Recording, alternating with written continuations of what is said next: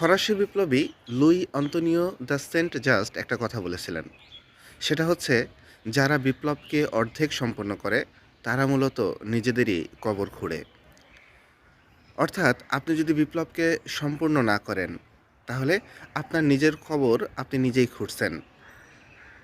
অর্থাৎ যাদেরকে আপনি প্রতিহত করবেন তাদের যদি আপনি ক্ষমা করে তাদের অস্তিত্ব টিকিয়ে রাখেন, তাহলে মূলত আপনার মৃত্যুর কারণ আপনি নিজেই তৈরি করলেন। তাই বিপ্লবকে কখনো অর্ধেক করে থেমে যেতে হয় না। বিপ্লবকে সম্পূর্ণরূপে সম্পন্ন করতে হয়। তার উৎকৃষ্ট উদাহরণ আজকের বাংলাদেশ, যে কারণে আজকে হাদিকে প্রাণ দিতে হলো। যাক, আমাদের সবাইকে আরও সতর্ক থাকতে হবে, সচেতন থাকতে হবে, দেশকে ভালোবাসতে হবে। এই হাদি আরও যেন জন্মগ্রহণ করে এই দেশে, সে ব্যবস্থা করতে হবে।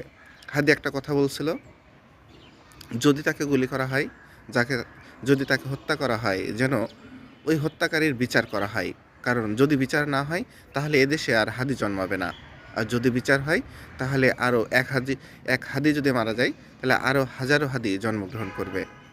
সরকারের কাছে আহ্বান করব, খুব দ্রুত গতিতে ভারত সরকারকে চাপ প্রয়োগ করে, যদি ভারতের কাছে যদি হাদির খুনিরা থাকে, অবশ্যই তারা যেন খুব দ্রুত হস্তান্তর করে এবং আইনের আওতায় নিয়ে এসে দ্রুত বিচার সম্পন্ন করে।